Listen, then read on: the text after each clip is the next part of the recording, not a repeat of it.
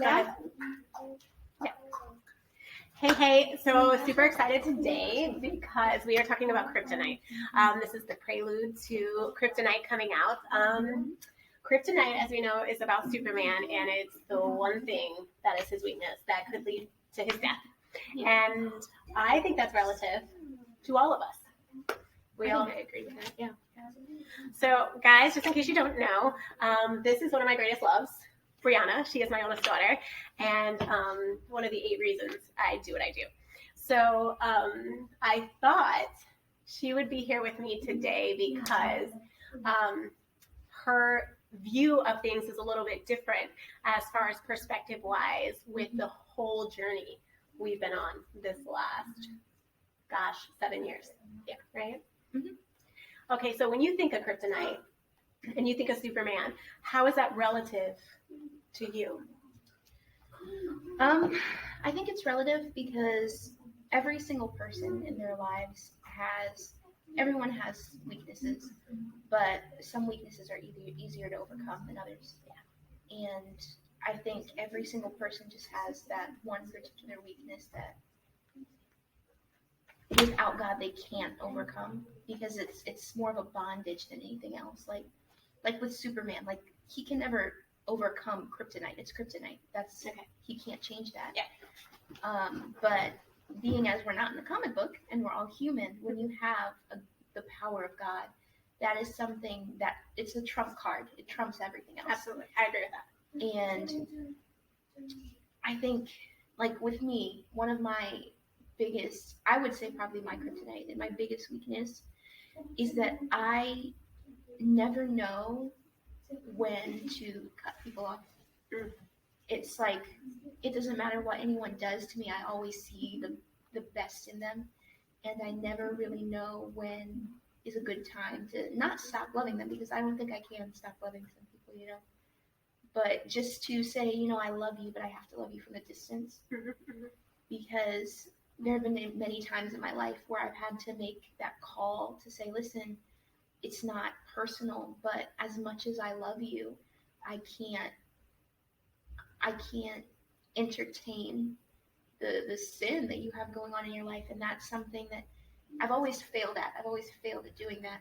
And it always leads to more issues because, when God tests you with something to see if you'll trust him, and you fail that, he's like, okay, but now there are consequences. So anytime God calls you out of a boat, right, calls you to stand for what you believe in, oftentimes that's difficult.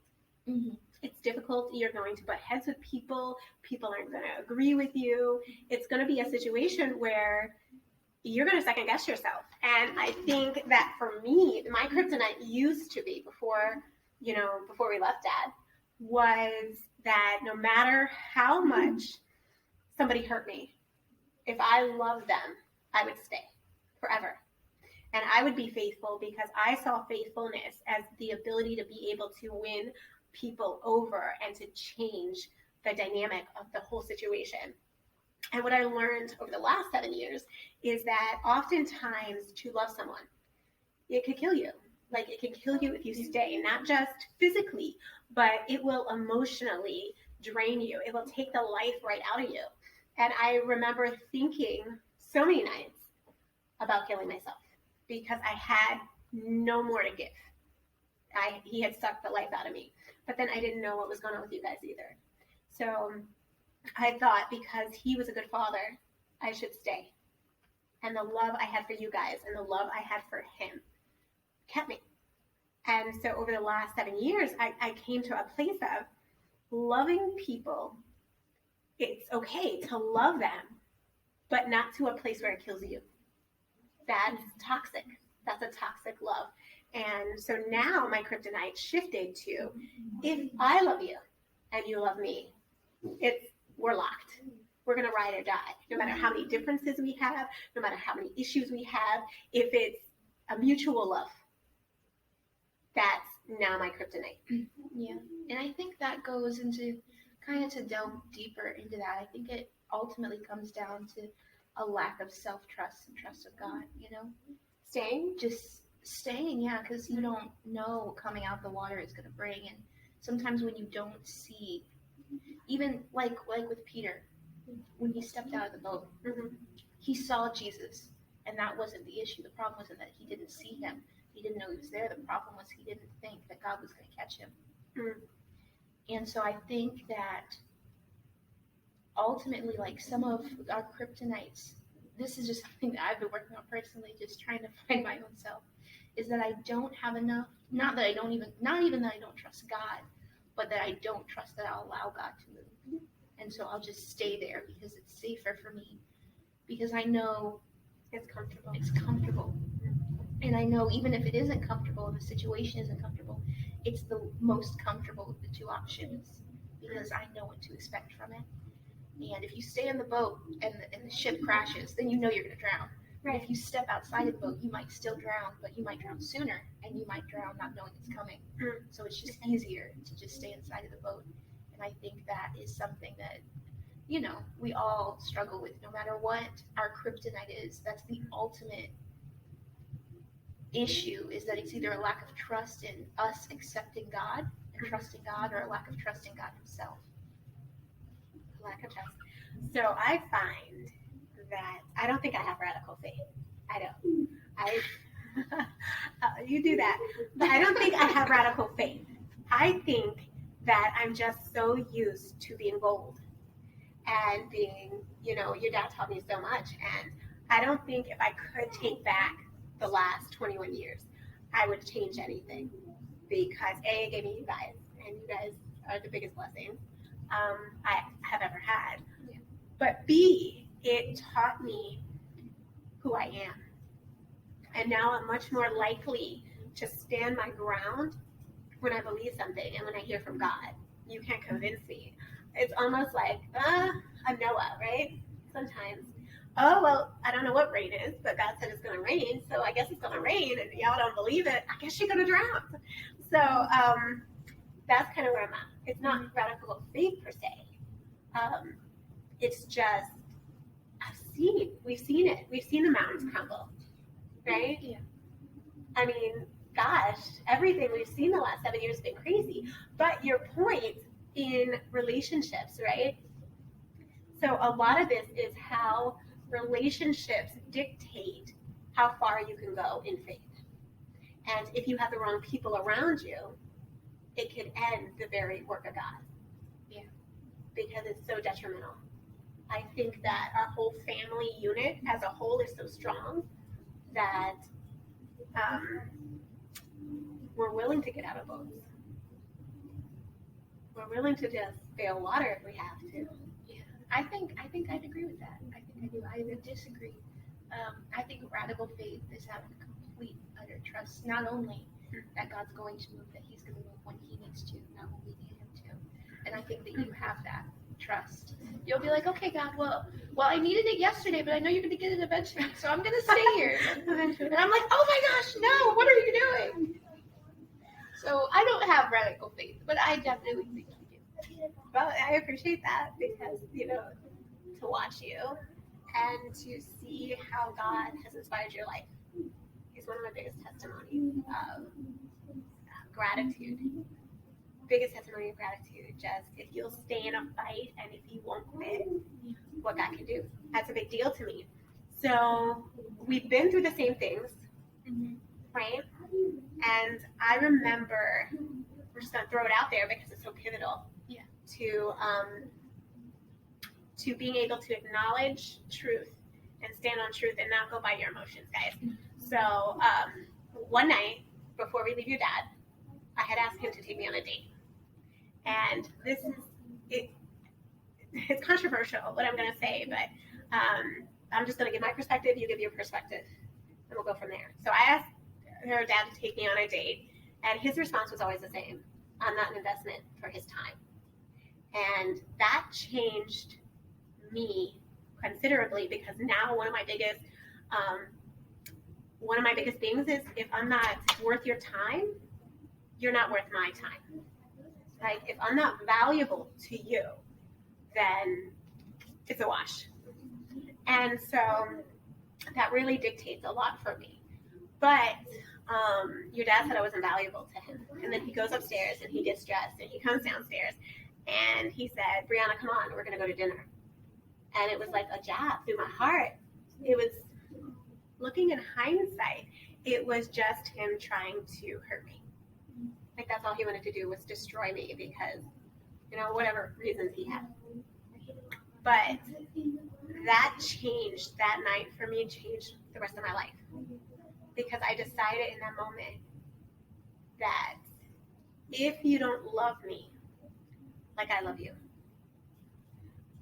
I'll still sacrifice for you, but I don't want a connection with you because you won't destroy me. I won't give anybody the power to destroy me if there's not a real love there. But I am notorious for loving people and encouraging them from a distance. Mm-hmm. And going, hey, I love you. You're amazing. Let me give you a word of encouragement. Let me bless your life. But we can't be friends. Mm-hmm. So did any of that play a part for you in how you view things? I'm not quite sure about that situation in general. I don't remember much of that night. I didn't know there was a conversation. I did know that, we had went out. I think we went to rallies. It was rallies, yeah. And we went to go eat rallies. And I remember being uncomfortable. I did always love spending time with my dad, but there was just something there that it made me uncomfortable. I didn't really eat much of my food. But I think that moment, it was important to me in that I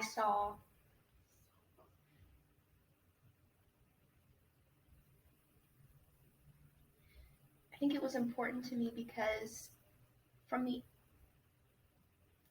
it taught me at a very young age the power of looking from the outside in.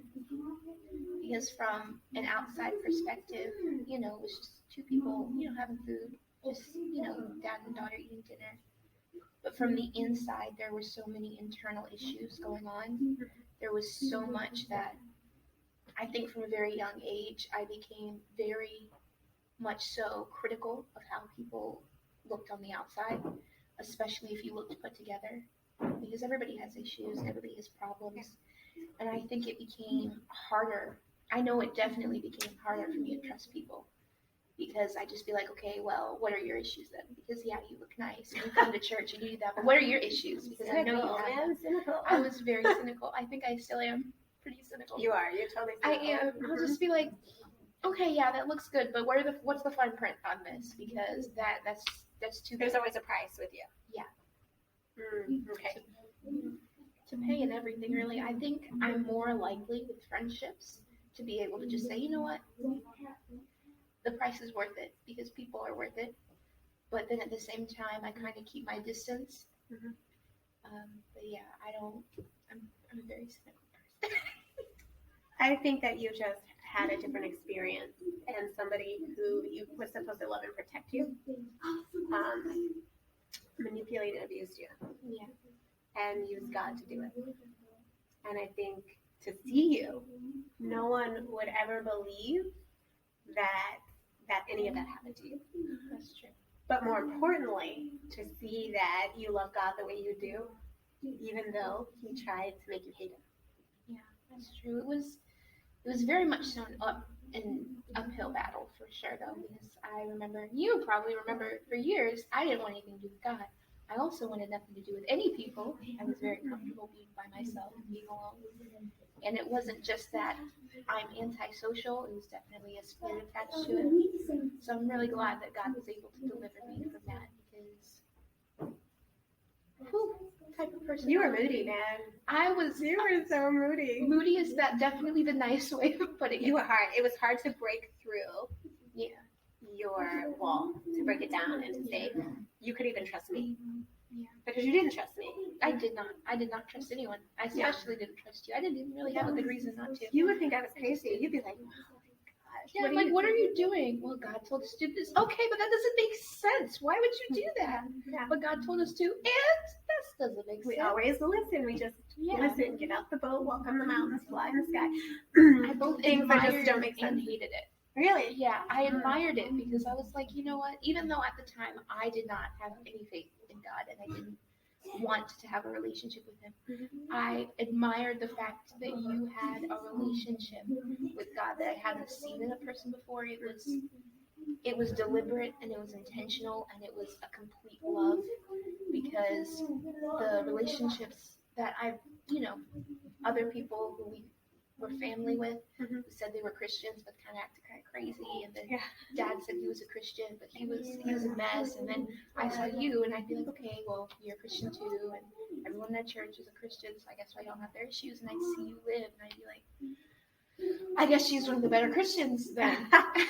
No. So I don't think that I think if you had lived any other way outside of being completely and utterly trusting in God, I don't think I ever would have gotten saved, because I always would have been cynical and critical towards everything. Yeah. But because you were that one person who I saw who genuinely, at a close distance, loved and served God, I was like, okay, so it's not everybody. So there's a hope for a relationship in God. And now you have it. Yeah, I do. You have it. I do, yes. Oh, I love it. Okay, so I'm going to ask you a question. You know how I love people. Yes. What would you say my kryptonite is? And I put you on the spot, but it's so intentional because this book is meant to set people free, right? And if we're not honest about who we are and what is our weakness, we can never be free. Go ahead. Raw on camera. Didn't give me time to pray about this or anything. No, all genuine. I want it so sincere. I think. I'm afraid. I'm afraid too. I can't. It's okay. I want you to be so honest. I think that sometimes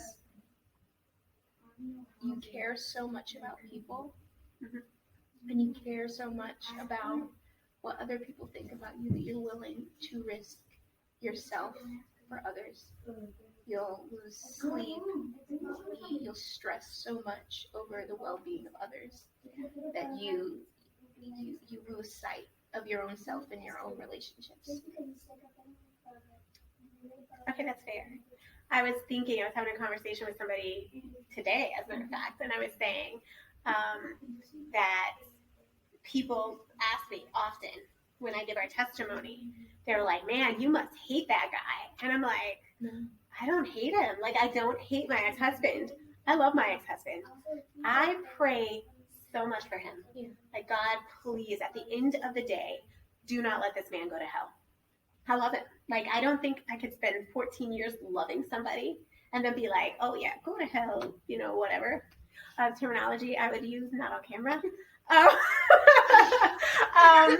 But I don't think so. Even with, people that have recently, things have been revealed to me. If I love you, I just love you. And I love you wholeheartedly. And I love you sincerely and passionately. So if I throw the L word out there, it's real. It's real for me. And that means that there is sacrifice involved. And that means that your needs go before my needs. And that can be detrimental. If somebody does not have your best interest at heart, but you have their best interest at heart, it's an unlevel playing field. You can't do it. Unequally yoked. That was a good word. Hit me. Hey. Okay. So Alia, I do have other kids here, so I'm sure you're hearing them in the background. But I wanted to share this part of Kryptonite with you and just tell you that each relationship come on, just come say hi. Just don't trip over anything. Hi. What's up? Each relationship in this, so there is, of course, you. You were, detrimental. Catherine, Freddy, Carmen, Carlos, a couple other people, one including John, and all of them will be a separate video because I want people to understand that the same thing that can be a blessing to your life can be a detriment to your life. And it's really important that we always keep a proper perspective of people, our relationships with people, how we hold them, in regard, and that we're always mindful and prayerful about is their opinion or is what's going on in a situation with these people God's opinion, because ultimately, at the end of the day, everything we do is about what is God's opinion. Are we pleasing to God? If we're not pleasing to God, then why are we doing anything we're doing? That's my heart. At the end of the day, I want to please God. And if I have to make some people mad, I'm sorry, it's not the intention. I think I'm so far from spiteful that I'm not spiteful. Yeah. I would say sometimes. Go ahead. Sometimes you're a little, unfortunately, you're so far from spiteful that it does you dirty sometimes. That's what I think. It does me dirty. What does that mean? I mean, sometimes you should judge things, and you just let it. I do. I mean, yeah. My block is hot these days, though. Pardon? My block is hot. And you're leaving me hanging. I don't know what I'm high-fiving. I don't know what that block is. I'm blocking a lot of people these days. I'm not taking in everything that people want me to take in. I'm editing this part. Okay. I'm so confused. What is the block is hot mean? Is that some new slang that I didn't come into? I might actually put this on there because this is so us on the daily. Someone told me the other day that I thought I ate, and I was like, "How'd you eat what?" We were at IHOP, and I was like, "No, like I literally just ate. Like I just had my chicken tenders, chicken tenders." And I was like, "Just had my chicken." They were like, "Do you not know what that means?" I was like, "No, that means something other than the words." You're getting us real.